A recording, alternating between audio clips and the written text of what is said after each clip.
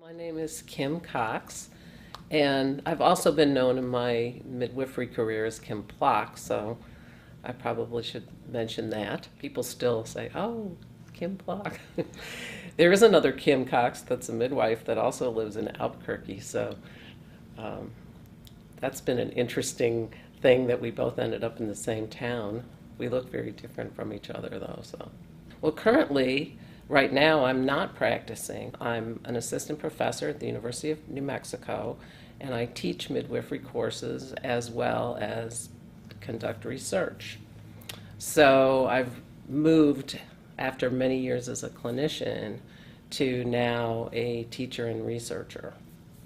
So that's my primary role at University of New Mexico. I've been there 2 years now. I really appreciate the position of midwifery in New Mexico. That has been a real bonus and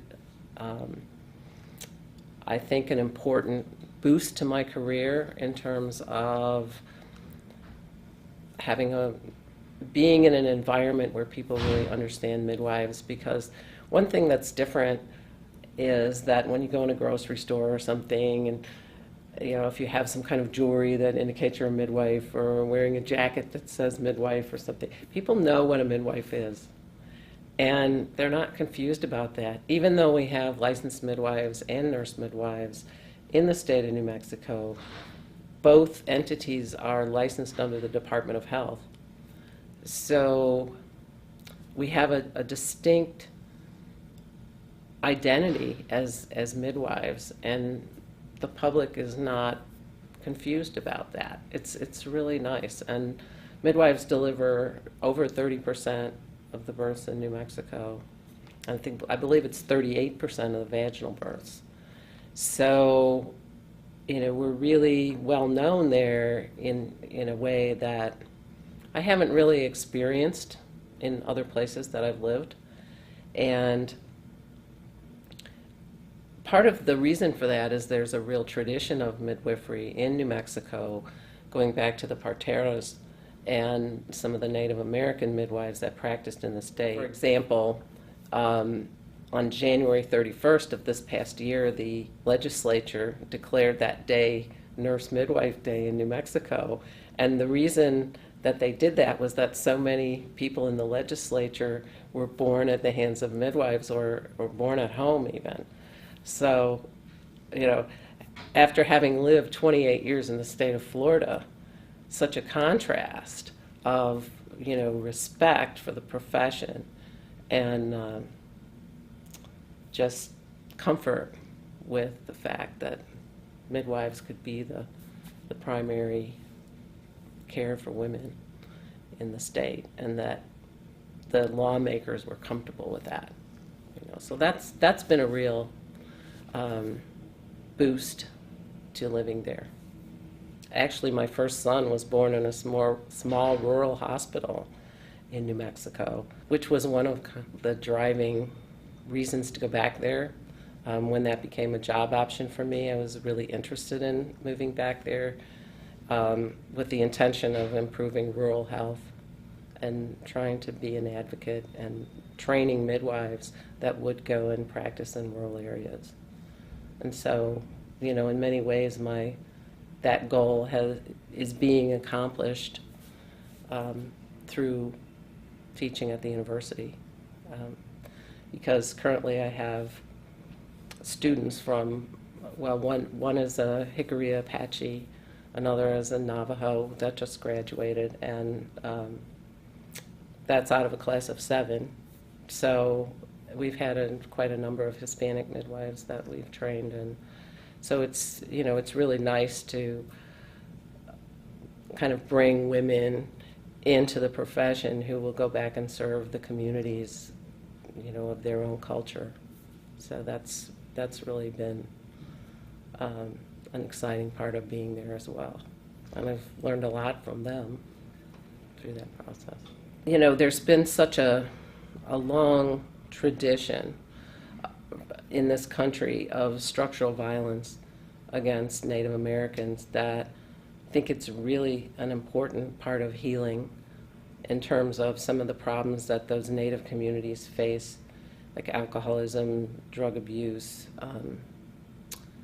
domestic violence is really pretty rampant in those communities because of this long history of colonialism and structural violence. And so, what these women are really helping to bring this message of strength and power back to their fellow women in their communities. So I think it's really important. And some of the students that we've graduated are clearly going to be leaders in the profession. I mean, they're young now, they're in their 20s, but I really get the sense that, and I'm tearing up just talking about them because they're so incredible. That's a really, it's a good feeling. Having been in midwifery for a lot of years, I've seen this real struggle for authenticity and for recognition. And in 2009, I got to go to England to present my research, and it was just such a striking contrast. It was so wonderful to be in a country where people know what a midwife is, people understand midwifery, people respect midwifery. There's more midwives in the United Kingdom than there is, like 3 times as many midwives as there is in the whole United States. That's been one issue that I've felt that comes up over and over again throughout my career, is just this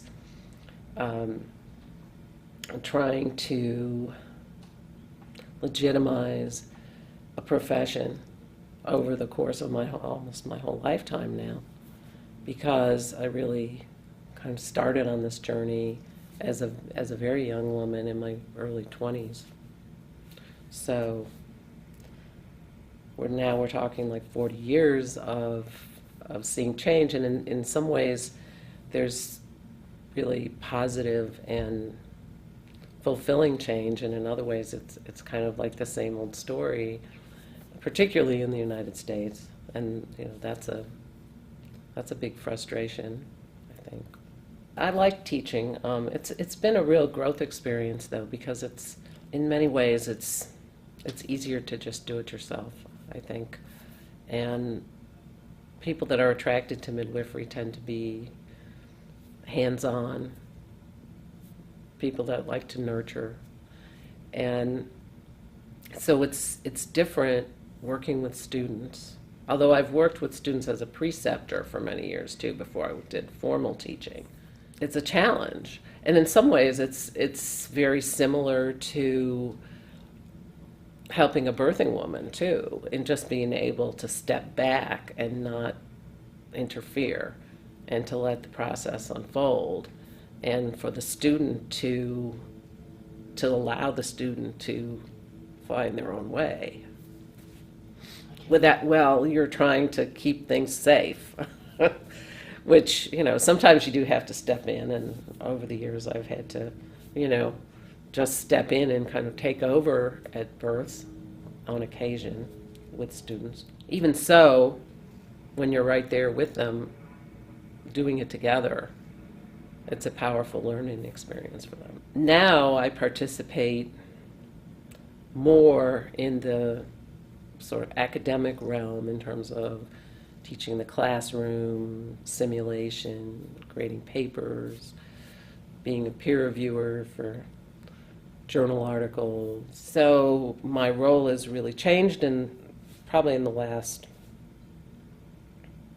6 or 7 years to being an academic form of midwifery and trying to bring those things together, because my time spent in clinical practice is pretty minimal at this point, really only when I'm supervising students and as a faculty liaison. So it's much more about teaching concepts and teaching them how to do research and write papers, and very different skills. Well, one thing that has been interesting too in my role as an educator is kind of trying to stay up to date with all the changes that are happening, because there are some things that don't change, like the bones in women's pelvises and the basic processes of labor and birth. But there are other things that change dramatically. Medications, it's a real struggle to keep up with, the changes in antibiotics and different hypertensives that are out there in the market. And as an educator, you're really compelled to be up to date, and it's extremely important, I think, in terms of being a role model too, to students to be up to date and understand what the latest research is out there, what the conversation is in the obstetrical world, in a bigger picture, and not just in midwifery circles also, because as a CNM, you really have to interact with obstetricians, with other physicians, with the obstetrical community at large, obstetrical nurses, and so for the profession to maintain credibility, we have to have this professional face and maintain it in a credible way. And I think that's extremely important. And it's a challenge to do that as well as maintain the essence of midwifery, which is trust in the birth process, allowing physiologic processes to take their own course, because that's very counter to the medical model, the obstetric model of, birth is a disaster waiting to happen, so we have to jump in and intervene. Often, at least in my experience in working in hospital birth, that's one way that you can communicate that, is by maintaining your cool and calm and, let's just give her a little more time. There's a lot of diplomacy that is involved working in a hospital setting. Hospital birth has really developed into a culture of its own. Midwives kind of have to function in that culture, meanwhile trying to maintain the essential principles of midwifery. And one thing that's really a challenge for our students is this disconnect between, what we're teaching them about the fundamental core, the hallmarks of midwifery, being, the birth is a normal process, and, and then they go into the hospital and the nurses are yelling at the woman to push and things, and so they have to be very astute at working with that and bringing it around to what needs to happen rather than just confronting. Sometimes confrontation is necessary, but more it's about finesse and trying to show by example of how it could be done a better way, because the hospital is the turf of obstetrics and nursing, and so we have to work with that. And that's some of the challenge of teaching students, is to teach them how to be comfortable with that. And students come to us now from all different perspectives. When I first was a nurse midwife, most of my fellow students and colleagues were people that had obstetrical nursing background, usually in labor and delivery. So with women that were labor and delivery nurses before, it was almost a process of unlearning, of learning the new role, of being, the responsible decision maker rather than, okay, I've taken it up to a point, now I'm calling the doctor. And so for many of us who had that experience, it was a process of unlearning, being a student as well. And now we have a more eclectic group of students that come from very different backgrounds, some with no labor and delivery at all. So in essence, it's more like training a direct entry midwife because they don't have experience coaching women through labor and some of the fundamental things that we relied upon. I actually started my involvement with midwifery. I really have to take it back to the birth of my first son when I was 16 years old. And I had the good fortune to encounter several older nurse midwives who had trained at the Catholic Maternity Institute, who happened to be practicing in Las Vegas, New Mexico at the time. And in my naive little hippie way, because I was, a complete renegade living out in the country, and many of my cohorts were having home births with really, and there weren't midwives to attend us because this was the early 70s. And that's when I first thought about becoming a midwife, and I met these women, and they didn't tell me I was crazy or that I couldn't do it. They said, well, you need, these are the things you need, you're going to be okay. That was something that stayed with me. And what actually ended up happening is I ended up in the hospital because I really didn't have a midwife. I didn't have that support and coaching. And after ending up in the hospital, and everything turned out okay, but I had a mid-forceps delivery, which was extremely painful. This was back before epidurals. What struck me about that was that I said, there has to be a better way to do this. And I thought about those women, and I wondered, what I could do personally to train and learn how to be a midwife. But I didn't even know what a midwife was exactly at that point. I mean, I'd heard the word bandied around, but I didn't really know what that meant. And several years went by, and I kind of kept my ear to the ground. I was thinking about, maybe I need to go to nursing school or something. Then I moved to Maine, and I started looking into nursing school. And I passed all the tests for admission and everything, and the school I was interested in applying to, and this was in the early 70s, was a hospital-based diploma school of nursing. And I went for the interview, and they said, well, you have great scores, we'd love to have you, but we only take single women that can live in the dormitory.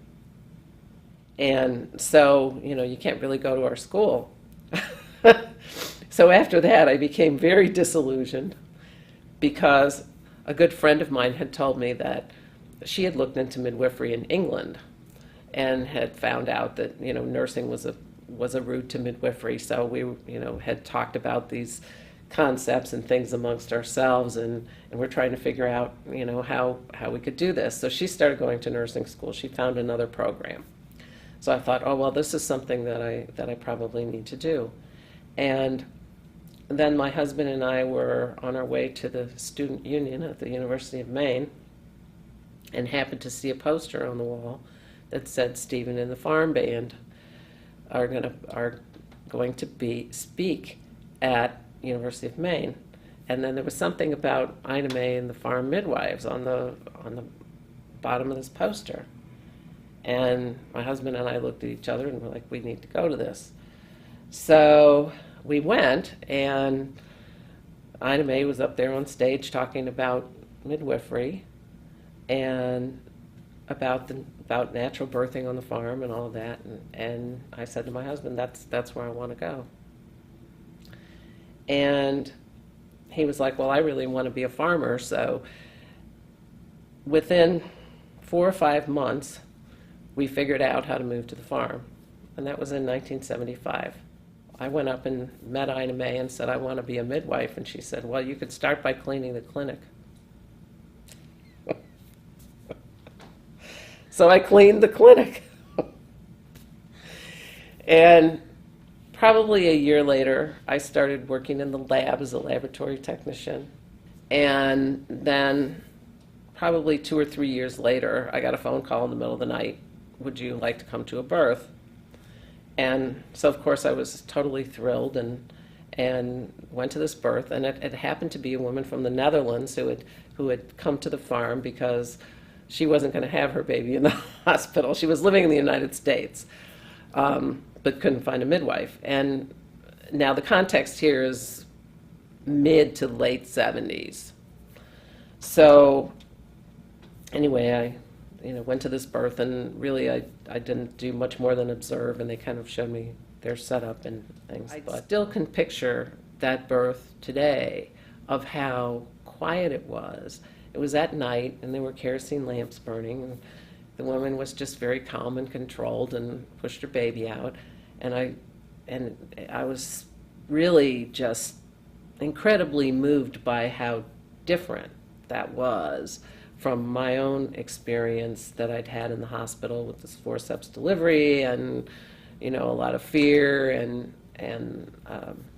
the midwives were very supportive of the woman. And so that thread is something that has really stayed with me. And during my time on the farm, I lived there from 1975 to 83, and I went to 42 births. Some of the people whose deliveries I was at, I saw this weekend, actually. I still maintain a relationship with, many friends that I had there. And so it's really kind of neat being in Nashville, and, it sticks with me from many years of having lived here in the past.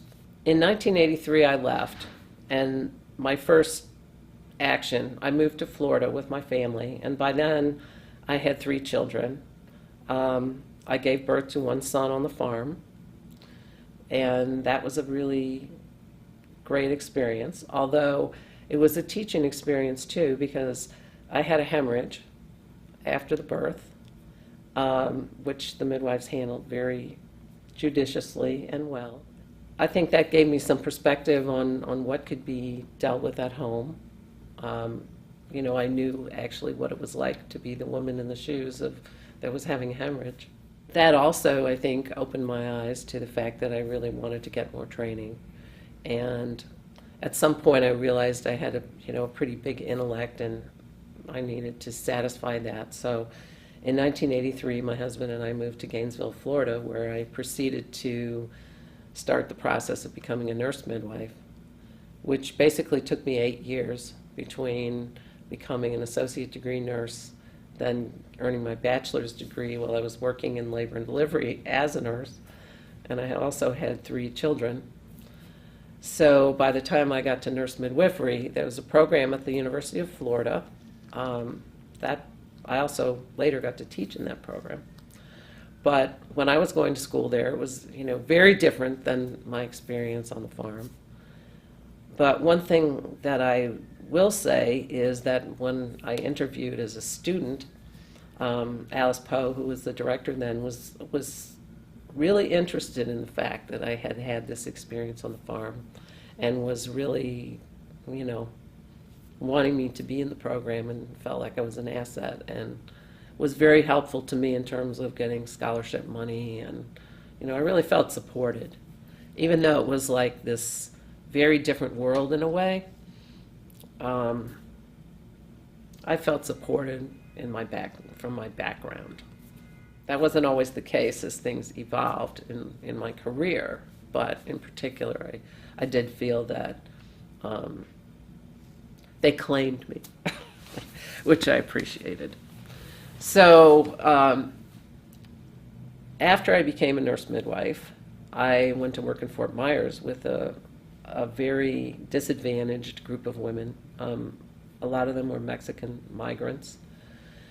We had a really fabulous service there in Fort Myers that had been started by 2 nuns who had gotten a grant from the Improved Pregnancy Outcome Program. And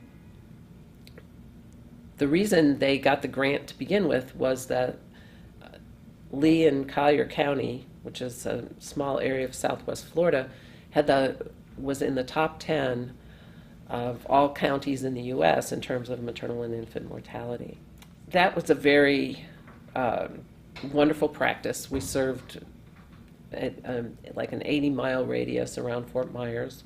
We went out to several different clinics in the Everglades, to Clewiston and LaBelle, Florida, which, and we would see like about 40 women in a day, almost all Spanish speaking.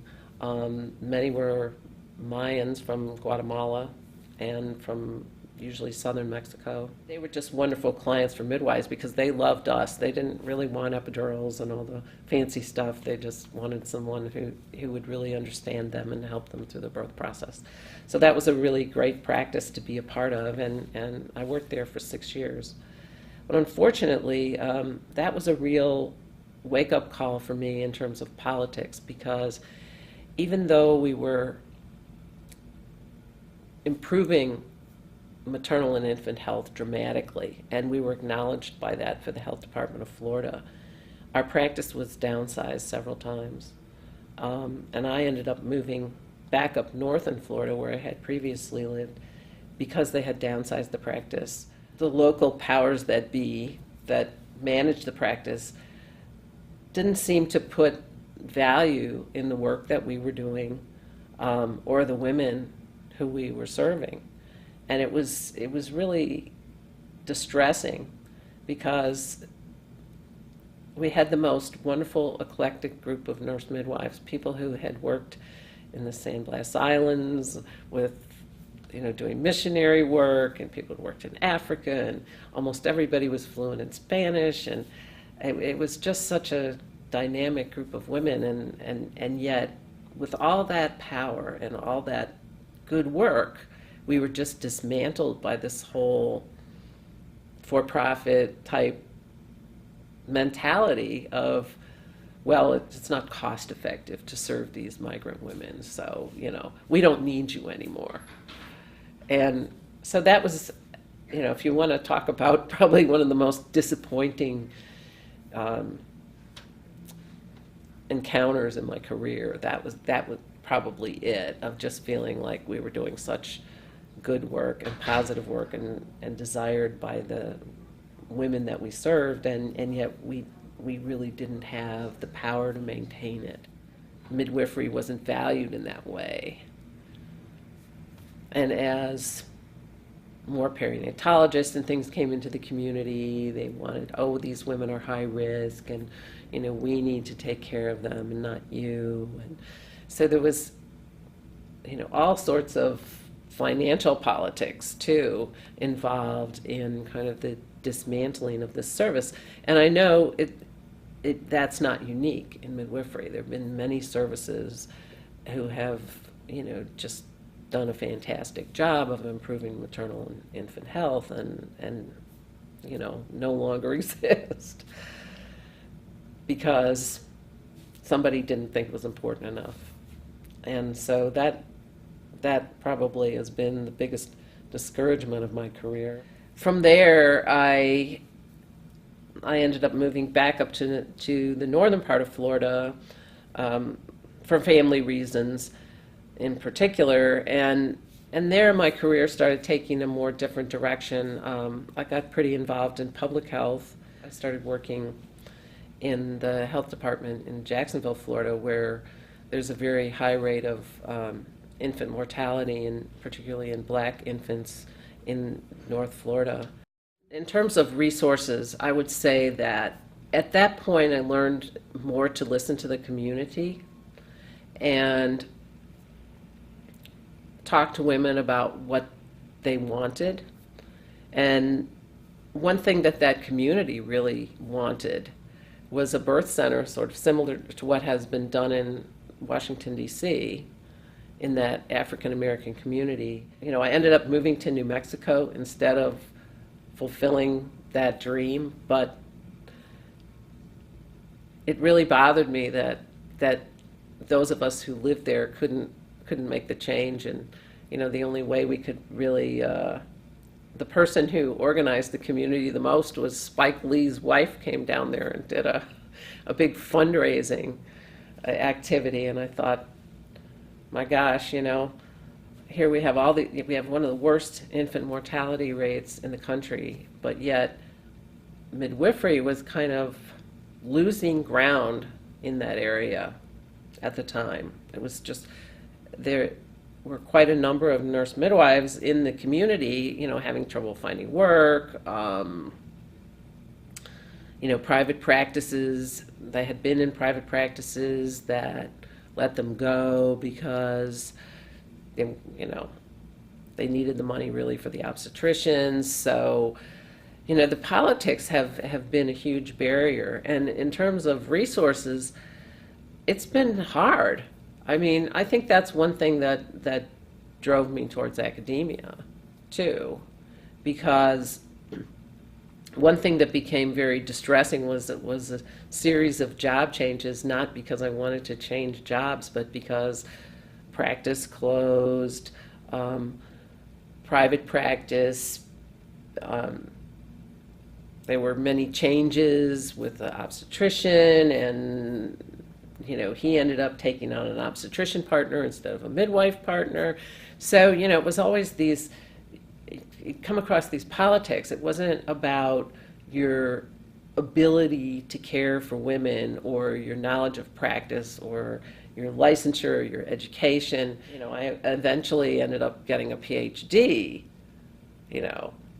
highly educated, but it was still the same in many ways. And I guess I felt that at one point that maybe by doing research and teaching students that I could have more of an impact, because I had reached a point at which I felt kind of burned out on the clinical practice and the constant trying to validate the worth of midwives and that sort of thing. So I thought, well, maybe that was when the big wave of evidence-based medicine came in too, kind of corresponded with me going back for my doctorate.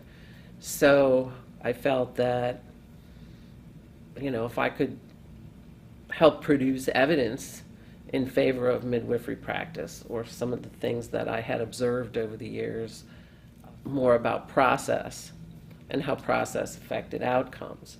And I'm really still working on that in many ways.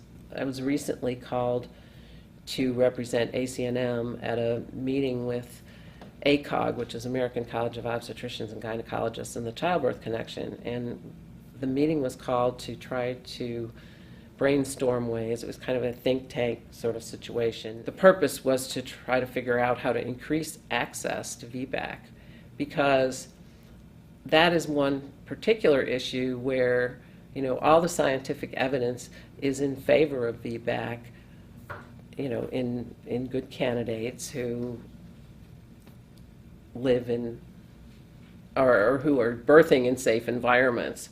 There was this strong consensus amongst the group that VBAC is safe. How do we do this? Because the challenges are almost all political.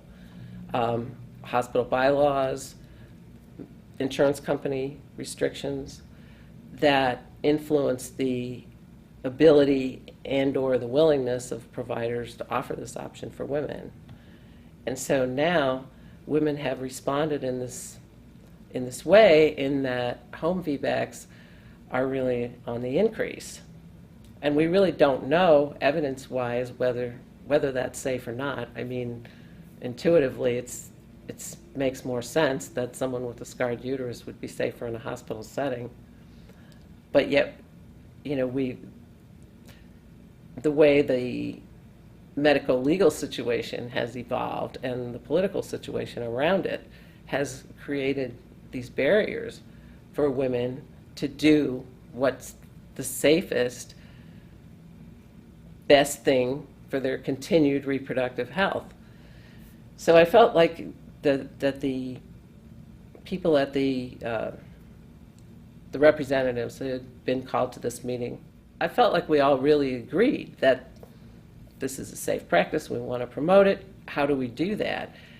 But that's where things started to kind of break down in terms of how do we change the medical legal and the political environment to do what the evidence says is the best thing. That's kind of where I am now in my career, is trying to move some of those ideas forward, because I'm seeing that I can continue to care for women, one-on-one, but in many ways, I'm affecting things more by being at this more macro policy level. I guess I would say publishing. Um, for me, that was a way to find my voice, because in many ways I'm better at that than this. I guess in writing, I really found a voice that was kind of buried for a long time. So just being busy or trying to, provide care and raise 3 kids, and this kind of insane lives that we live often, as not only as midwives but as women, I think, of trying to do so many things. And then as I got older and my children grew up, and then I realized I had abilities that were dormant, that I really wasn't using. So I'd say that's, I don't know, there's a lot of different moments and things I could come up with, but I think overall that's been my greatest source of satisfaction, because I think it's going out farther, maybe. The relationship between yourself and the woman and the family, because that's really where it happens. I mean, whether you're providing gynecologic care, whether you're at a birth, that's where the trust comes through, I think, where you can communicate and have some kind of impact. And it's not just at birth. I mean, I've had women, particularly when I was working in public health and doing a lot of family planning, and women come in and say, God, I haven't had a thorough physical in years, and thanks, and I got to ask all these questions, and to me, that's just as important as being present at a birth too. And that's one thing I really like about being a CNM, is I feel that I'm able to care for women more broadly, and to approach the profession more broadly, and not just be focused on birth. One thing that I really like about teaching at University of New Mexico is that I feel like the warm, fuzzy, touchy-feely things about midwifery have really been a priority in that program, and that we really try to show students that it's more than just what they learn in their coursework, that there's kind of a bond amongst midwives. And so a former student had developed a pin that we give at graduation, and so the students get to pick out the stone that they want to put in the pin, and we take them to a gem shop in Albuquerque, and they pick out their stone. So while I was there with the group of students that were picking out their stone, this one student and I were over looking at these pendants, and I saw this one, and she bought one with a turtle, and in a way it was like we connected at a very deep level, buying these pendants together. And actually, I saw her again just recently at the graduation of the most recent class, and we were both wearing our pendants. And because with the turtle, she felt that kind of spoke to her spirit, and the dolphin was that for me, because I'm very much a water person, and I'm a sailor. I'm a former sailor. I will be a sailor again in my lifetime, I think, but it's very important to me, because this particular student, I think of her whenever I put it on.